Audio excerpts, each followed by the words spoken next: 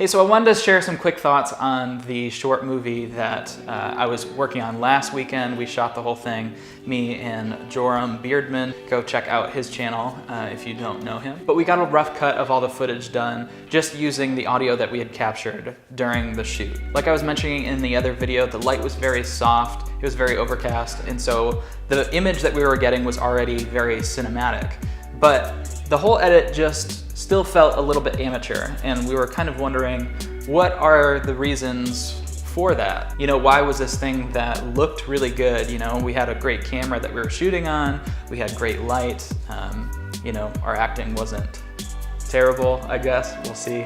But the whole thing just didn't quite feel like it could have come out of, you know, a higher end studio. And if you've been around video for a while, you've probably watched a lot of other videos about that cinematic look, right? There's a lot of things that people say, you know, to achieve the cinematic look you need to do. All right, so cinematic look. A lot of people talk about your camera settings, right?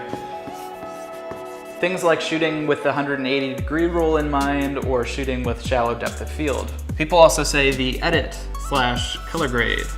This has been a big one over the last couple of years of cinematic editing. You know, the pacing of your video has to be right and the color has to look really good. So there's a lot of great resources out there for color grading now. But if you've ever seen some footage that just looked amateur to start with and then has a really cinematic grade on it, it doesn't fix that, right? Even with a great grade, it can't make really crappy footage look really cinematic like it's from Hollywood. Then a lot of people are talking about lighting.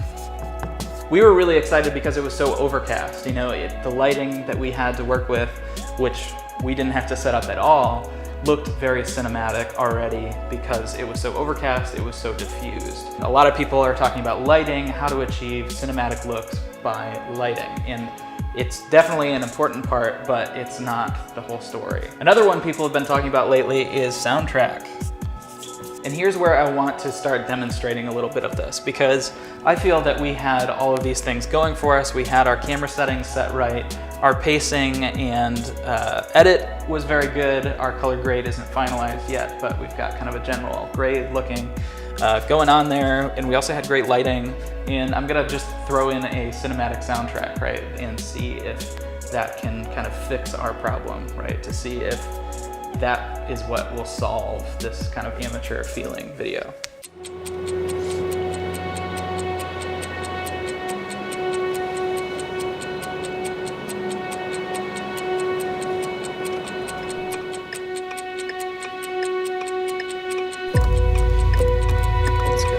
Let's go.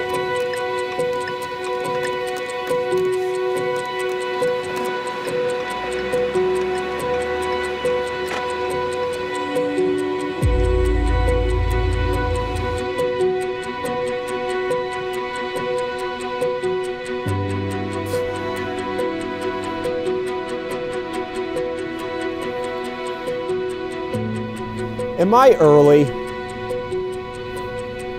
Well, no, he's not here. You said 8 o'clock. I know for a fact you said 8 o'clock. Well, it's 8:04. So unless there was a miscommunication, he's 240 seconds late. If I had known I was going to be waiting this long, I would have brought a book, and I hate books. Jeez. Okay, thank you. Yeah, he's here. Do you mind? This is a private conversation. Yeah, I know. Go out the parking lot, take a left, and then a bunch of other directions. I got it. Whoa. Oh. You're walking that way.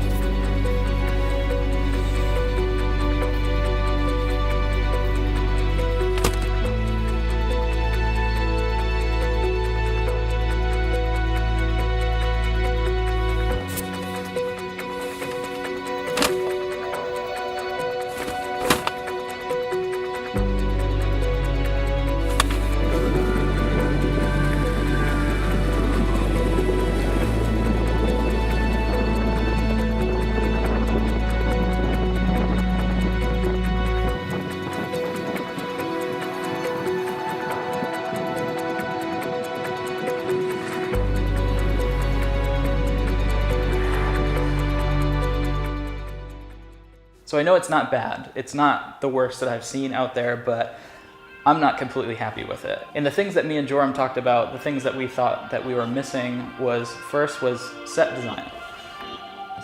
Obviously, this is really hard for anyone who isn't working with a budget. In our case, we didn't have the luxury of building our own bridge and building out a car that we would have more space to shoot in or anything. So we knew that that is kind of out.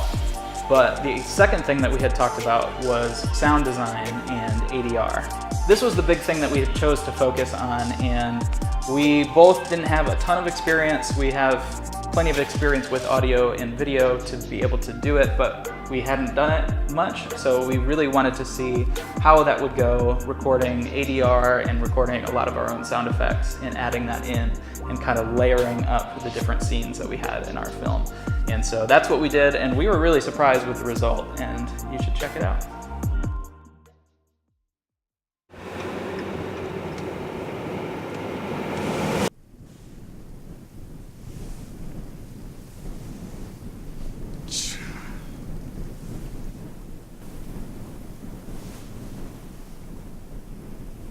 Am I early? Well, no, he's not here. You said 8 o'clock. I know for a fact you said 8 o'clock. Well, it's 8:04. So unless there was a miscommunication, he's 240 seconds late. If I had known I was going to be waiting this long, I would have brought a book, and I hate books. Jeez. Yeah, okay. Thank you. Yeah, he's here. Do you mind? This is a private conversation. Yeah, I know. Go out the parking lot, take a left, and then a bunch of other directions. I got it. Whoa. Oh.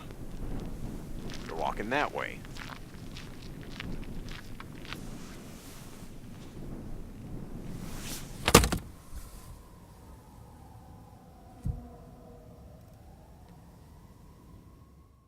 So what you just saw is not the final version yet. We haven't released that. We're still working on getting a custom soundtrack in and just kind of cleaning up everything and finishing out the grade.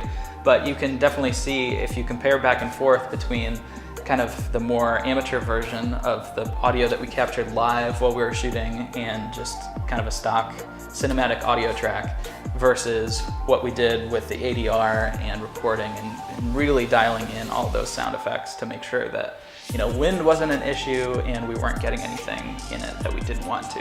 We really wanted that to be as focused as possible to really come across in the exact way that we wanted it to come across. I always like to think that audio is actually more important than video in a lot of these situations, and especially in this kind of more narrative or filmic, cinematic type project. Doesn't always make sense to do ADR with other types of projects. I'm not going to do ADR on a video like this, but on anything that really is telling a story, which could be a commercial or other types of projects, not just short films and movies. But it really helps tell the story. It really helps keep the viewer focused and really accomplish exactly what us as the creators and the editors really want to accomplish with this video. Those are all my thoughts for the sound design portion of these types of projects.